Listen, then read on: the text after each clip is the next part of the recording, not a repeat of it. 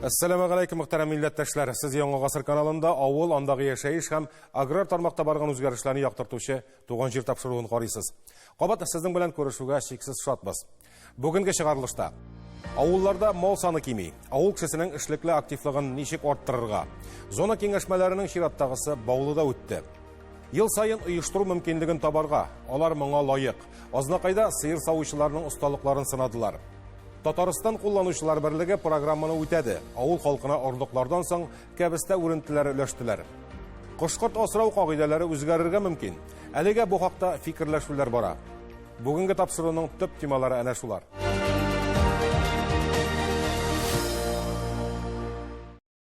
Ниһаять, шын җәй җитте җәмәгать. Әкренләп балан агачы да чәчәк атып килә. Димәк, алга таба салкын кыраулар күренмәс дип ышанырга була торгандыр. Юкса, быелгы яз бакчачыларны да куандырмады. Алданрак утырткан яшелчә үрентеләре хәтта теплицаларда да ышыган урыннары булды. Игенчелектә дә эссез генә үтмәде бу салкыннар. Кабаттан чәчелгән мәйданнар 11 000 гектардан арткан. Зыянны акчага күчерсәк, ул 100 миллион сумнан артып китә. Аграр министрлык мәгълүматларына күз салсак, сабан культураларын чәчү тәмамлану алдында. Шикәр чыгындыры чәчү төгәлләнгән. Рапс һәм көнбагыш та күп калмый. Терлек азыгы әзерләүгә керешкән районнарда бар. Актаныш, Норлат, Минзәлә, Мөслим районнары күп еллык үләннәрдән синар сала башлады. Быел авыл халкы да бәрәңгене ашыгып утыртмады дияргә була. Икенче икмәкне салкын туфракка салуның әллә ни файдасы да юк ди белгечләр. Гомумән, авылны яшәтү өчен ниләр эшләргә була соң бүген? Хөкүмәт тарафыннан гамәлгә ашырылучы программалар бар. Әмма алар тик торганнан гына авыл кешесенең кесәсенә килеп керми шул. Моның өчен район түрәләренең халык белән аңлашып эшләве мөһим. Мәсәлән, сыер асраган өчен субсидия алам дисәң, малларың электрон хуҗалык китабына кертелгән булырга тиеш. Бу атнада авыл халкының эшлекле активлыгын арттыру буенча зона киңәшмәсенең чираттагысы Баул районында үтте. Анда яңгыраган фикерләрне киләсе видеоязмада сезгә дә ирештерербез. Эшлекле сәфәр Баулы эшмәкәрләренең хезмәтен бәяләүдән башланды. Садыйковларның фермер хуҗалыгы сөт эшкәртү белән шөгыльләнә. Сыер асрамыйлар, чималны башка хуҗалыклардан сатып алалар. Раил абый оештырып җибәргән эш гаилә бизнесына әверелгән. Хатыны да, кызы белән улы да биредә хезмәт куя. 2012 елдан бирле сөт продуктларының түрен дә шактый арттыра алганнар. Натай белән сөйләшкән идек, укуны бетергәндә мәктәптә. Дини ди. Заводны тезим дип кайтсаң, тезеп куябыз ди. Эшләсәң, шулай сөйләшкәндә 11 класста шуңа кердем дә кыхтыйга инде пищевой технолог булып и кайттым. Биредә көн сайын 15-20 тонна сөт эшкәртелә. Чималдан катык, кефир, каймак, кызыл ремчек ясыйлар. Шешәләргә тутырылган сөт тә сатуга чыга. Шулар арасыннан сатып алучыларның күңеленә хуш килгәне үз ысуллары белән эшләнә торган каймактыр мөгаен. Безнең хуҗабыз Равил Александрович шундый задание бирде безгә. Ясагыз миңа каймак, әниемнеке кебек дип. Ул үзе Крәжле улыннан, шуңарга менә каймагыбыз Крәжлинский дип атала, нык тәмле. Сөтне фермерлардан һәм күмәк хуҗалыклардан сатып алалар. Шәхси хуҗалыктан җыю белән мавыкмыйлар. Безгә сөтнең сыйфатлы булуы шарт, ди Ләйсән Галимова. Төрле кеше була. Алдалыйлар да, сөткә суда кушалар, антибиотиклар кадыйлар малларга, әйтмичә шул сөтне җыялар. Бер сыерга гына ләксә дә шул антибиотик бөтен сөтне боза. Без андый сөтне ала алмыйбыз. Продукция андый сөттән чыгарырга ярамый. Сөт һәм эшкәртелгән продукцияне үзләренең сертификатлы лабораторияләрендә тикшерәләр. Аның белән дә шикләнмиләр. Сыерларны асрау шартларында фермаларга барып күзәтеп торалар. Татарстанда сөт эшкәртүчеләр җитәрлек, шуңа да иң беренче көндәшлеккә сәләтле булган сыйфатлы продукт кирәк. Икенчедән, аларны дөрес итеп сата белергә дә кирәк әле. Бу эш Рауил абыйның кызы Алиягә йөкләнгән. Базарда сөт һәм сөт продукциясын сатучы күп хәзер. Безнең төп сыйфат ул натураль, сакланышы әз булган продукция. 5 көннән дә артмый. Узган ел Уфада да яратып ала башладылар. Алия фикеренчә, бизнеста гаилә белән эшләү җиңел дә, җаваплы да. Гаилә белән җыелганда да күбрәк эш турында сөйләшәбез ди ул. Дөрес, үз эшеңне булдыргач даими өйрәнергә кирәк. Бүгенге киңәшмәдә катнашучылар Баулыдагы китапханәнең дә хәлен белешеп чыкты. Республикада бара торган авыл яши проектының төп мәгълүмат чыганагы шул китапханәләр бит. Үз эшен башларга теләүчеләр дә шушы китапханәгә килеп район җитәкчеләре белән очраша. Күп кенә сорауларына җавап таба, күп кенә мәсьәләләрне хәл итүгә ирешә икән. халыкка аренда мәсьәләсе кызыксындыра. ЛПХ нинди ярдәм алырга мөмкин, кайдан акча алырга мөмкин, нинди яңа юнәлешне ачарга мөмкин. Менә шул. Һәм халыкка беренче этапта әле ниндидер үз белемен арттыру мәсьәләсе түгел, дөресен генә әйткәндә. Чираттагы тукталыш хуҗасыз этләрне җыеп асра урыны. Әлеге этләр кунакханәсен Татнефть оешмасы аша 10 миллион сум грант акчасы отып төзегәннәр. Урам этләрен тотып алып кайталар, ветеринария ягыннан тикшереп, бераз асрагач, аларга яңа хуҗалар эзли башлыйлар. Этләрнең күбесе инде яңа хуҗалары кулына күчкән. Татарстанның баш ветеринары Алмаз Хисаметдинов Баулыдагы бу приютны республикада иң уңышлы эшләүчесе дип белдерде. Они пока в отлове в районе не участвуют. Әлеге этләрне үзләре җыеп йөрмиләр. Монда кешеләр үзе алып килә. Бу приютның төп максаты этләргә яңа хуҗалар табу. Эш социаль челтәрләр аша алып барыла. Быел инде 70-кә якын макмайны хуҗалы иттеләр. Бу тәҗрибәне башка районнарда да таратырга кирәк. Моннан тыш Баулы кунаклары яңа төзелгән пластмасса заводын карап чыкты. Туризм юнәлешендә балык үрчетүче фермерның эше белән дә таныштылар. Елына 20 тонна балык үстереп саталар монда. Соңыннан район үзәгендәге мәдәният йортына җыелып, халыкның эшлекле активлыгын арттыру темасына фикер алыштылар. Наша задача Район башлыкларыннан алып министрлык белгечләренә кадәр бөтен федераль һәм республика программалары турында хәбәрдар булулары сорала. Ул программаларда ничек катнашырга, акчаларны ничек алырга була, барысын да халыкка аңлатырга кирәк. Бу бит процентлы кредит түгел, акчаны да кире кайтарасы юк. Дөрес, мәшәкате бар диләр. Бер дә мәшәкатьсез генә булмый инде. Ягулык запас чәсләр кыйбатлана, шимал бәясе төшә. Шушындый шартларда ничек табышка эшләргә? Әлбәттә, кооперативларга берләшеп җитештергән шималны эшкәртеп сатырга кирәк. Кызганыч, соңгы елларда авылларда мал саны киметәләр. Мал бетсә, шималны кайдан алырбыз эшкәртергә? Ничек тә авылларда терлек санын киметү түгел, киресенчә арттырырга, булганын саклап калырга кирәк. Я первый раз вот так сегодня вертолетом летел из Казани. Bir kütüde көрмәдем. Эремегезле маллар көтү авыл сайын буладыр бит ул. Авыл көтү, районның зур көтү. Бүген нәрсәдер күрә алмадым.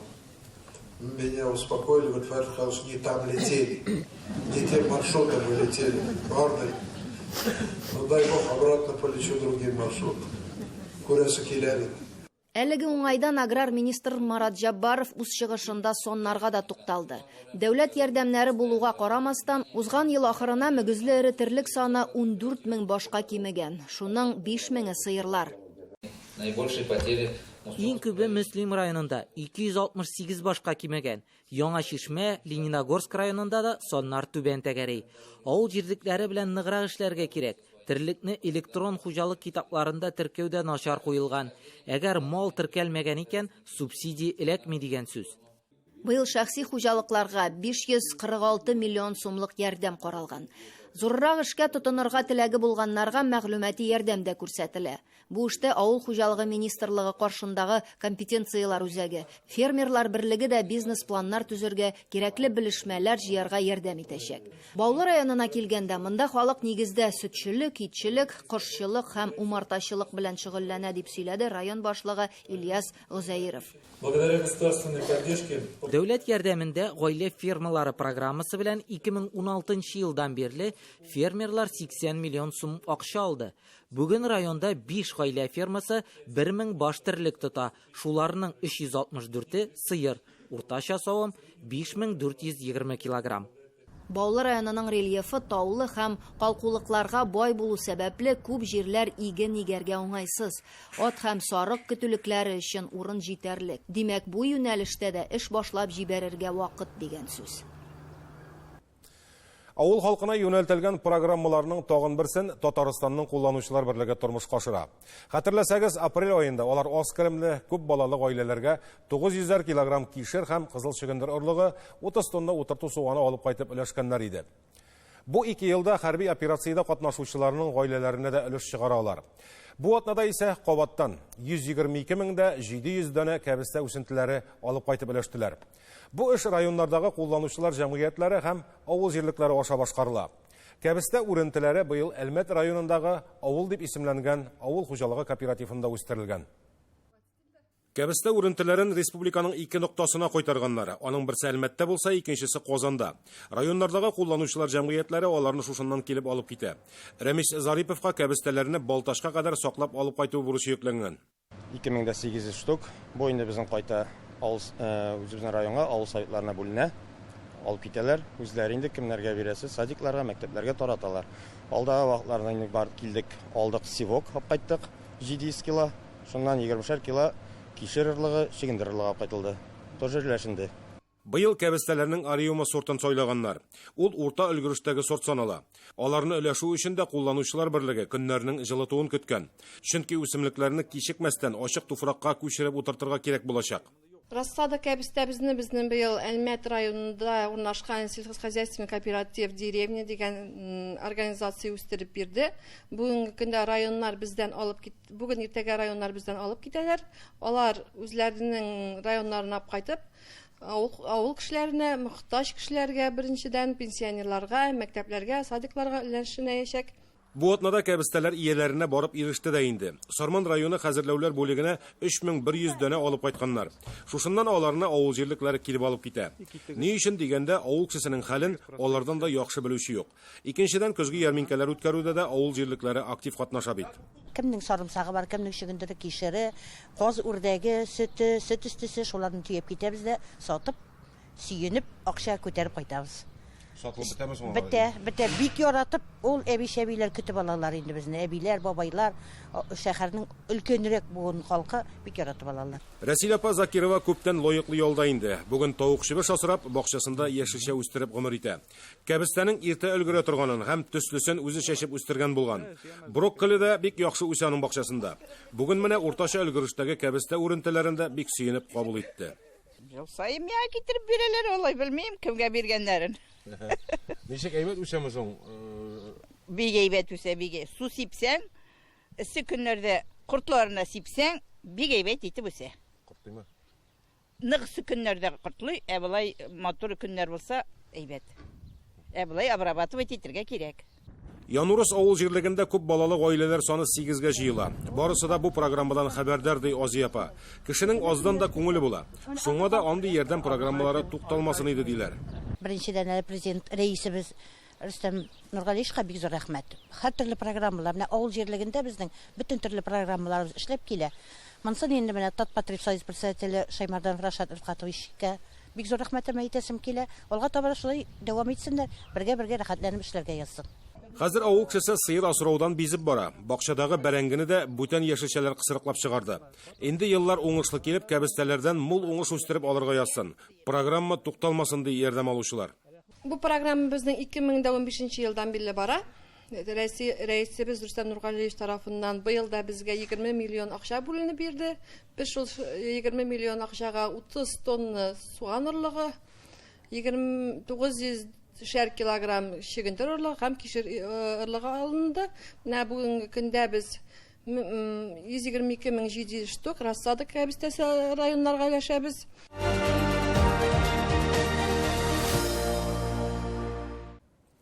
Элегрәк мондый ярышлар һәр районда үтә иде. Анда җиңү яулаганнар республика күләмендә көч сынашты.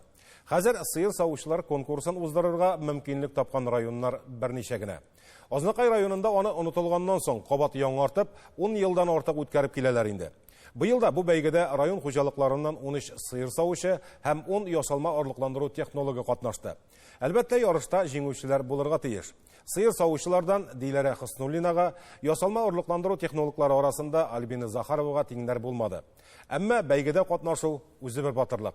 Аларның берсе дә бүләксез калмады. Азнакай районының иң алдынгы сыер савучылары, ясалма орлыкландыру технологлары ул көнне Мишәр Мөслима авыл янәшәсендәге булынлыкка җыелды. Хәзер зур агрофирмалар, эре хуҗалыклар җәйләүләрне битерде инде. Ә менә гади хуҗалыкларда алар саклана һәм үз эшчәнлеген алып бара әле. Фермер хуҗалыгы җитәкчесе Ландыш Закирова җәйләүгә чыккач бер атна тирәсе сөт кимеп ала инде ул ди. Әмма маллар өчен файдасы да юк түгел җәйге лагерның.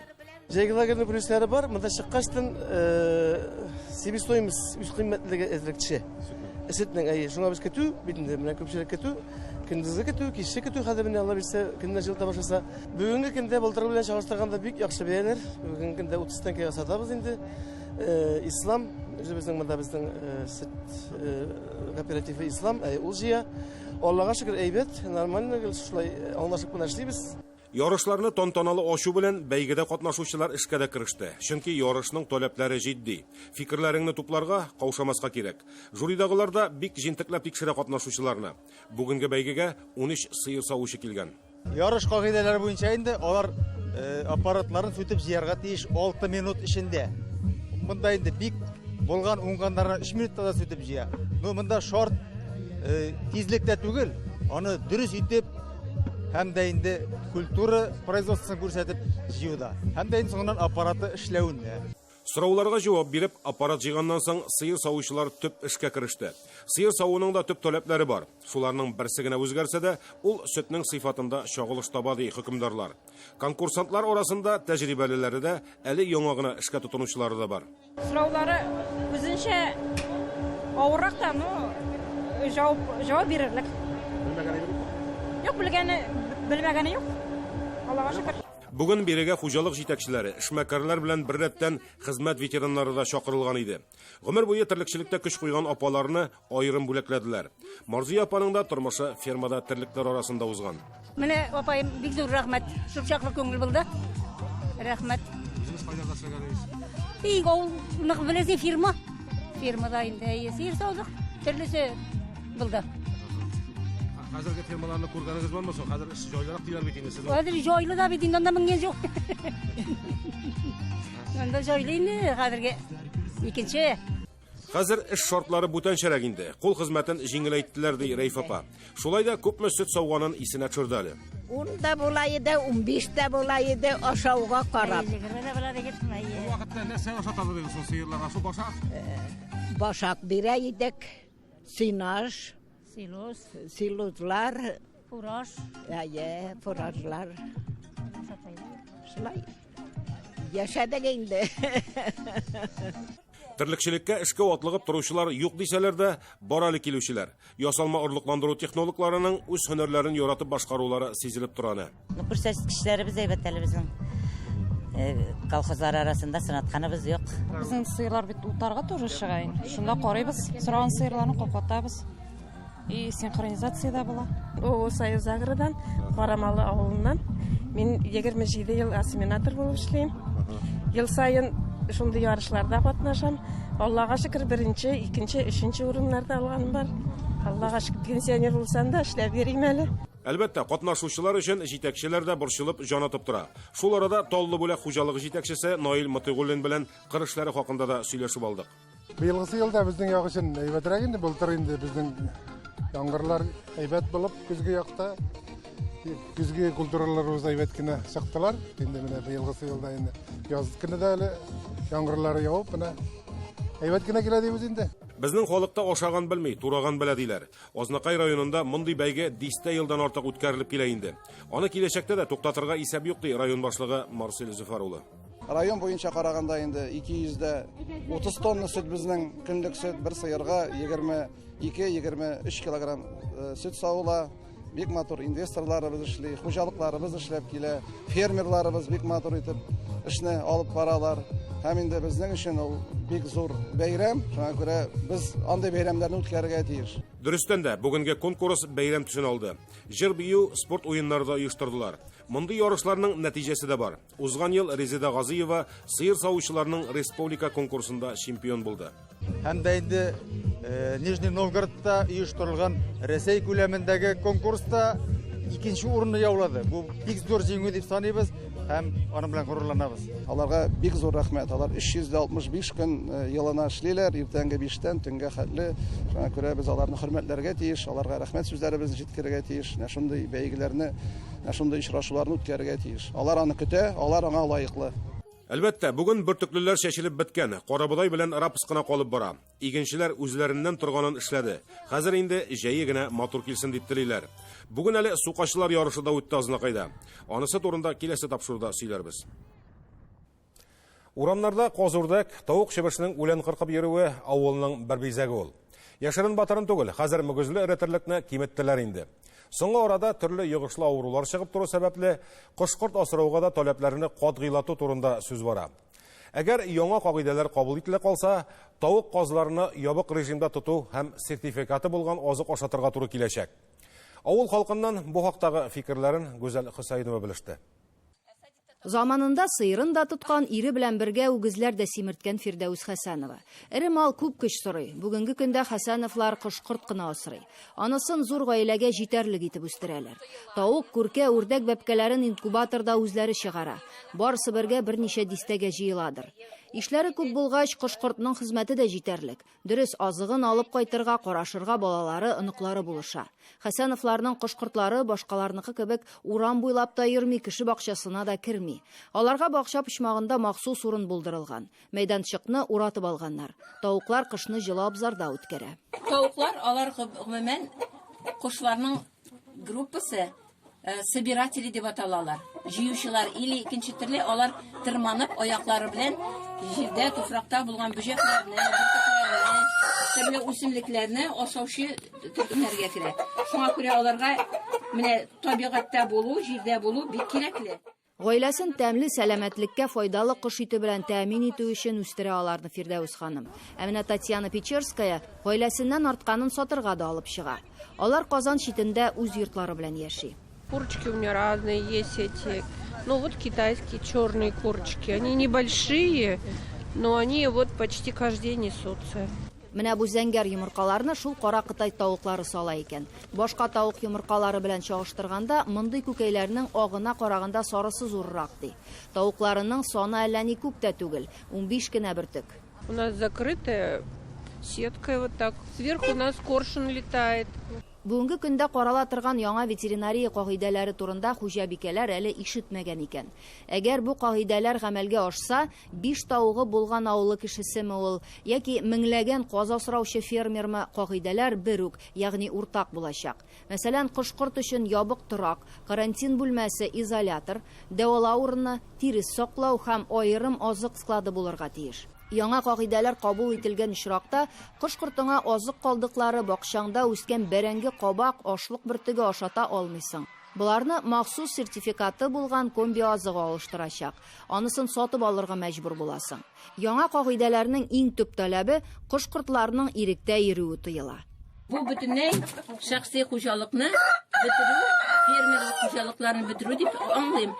Әле бу кабул ителмәгән яңа кагыйдәләргә бер яклыгына караш ташлау, фикер йөртү дөрес булмас ди Таһир әфәнде. Шир йоктыру аркасында меңәрләгән баш тавык күркәләрне яндырдылар. Икътисади зыянны да истән чыгармаска кирәк. Без һәрберебездә инде авылда үскән кешеләр бигрәк тә авыл тавыгы, авылның йомыркасы дип әйтәбез бит инде. Һәм шул ук вакытны без бит инде беләбез менә. Хәзер бит бик замана кайнап тора. Аннан керә бер микроб, моннан керә бер микроб. Әллә кая барасы юк бит. Лаешнан менә шунда кош фабрикасында 250 меңнән артык кошны яндырдык бит. Алар егылып күз алдында үлделәр. Ярар, тавыкны читлектә дә асрап булыр. Ит йомырканың тәме бүтән мәсьәлә. Ә менә күпләп каз үстерергә яратучыларга нишләргә? Каз бит җәй буе чирәм йолкып суда кыйнырга гадәтләнгән кош. Монда бит халыкка тотмаска дигән әйбер юк. Моның юлын эзләү бара. Миңа калса, ул яхшы бер фикергә килер. Һәм төп мәсьәлә монда инде әлбәттә авыл тавыгын без яратабыз, йомыркасы да тәмле, сарысы да сары дигәндәй. Һәм шул ук вакытны тулаем алганда, әгәр дә без үзебезнең азык-төлек программасын, доктринаны хәл итәргә телибез икән, бу мәсьәләләрне исәпкә алырга кирәк. Әлбәттә, закон кабул ителә калса, без аны үтәргә бурычлы. Шуңа күрә бу кагыйдә таләпләрне кабул итәргә вәкаләте булганнар 7 кат уйлап, 1 кат кисәрләр дигән өметтә калабыз. Туган җир тапшыруының бүгенге чыгарылышы тәмам. Аның чираттагысын киләсе җомга 18 сәгатьтә карарга онытмагыз. Борчыган сорауларыгызны безгә экранда күрсәтелгән WhatsApp номеры аша язып юллый аласыз. Исәнлектә күрешергә язсын. Туган җиребездә бәхетле мул яшик.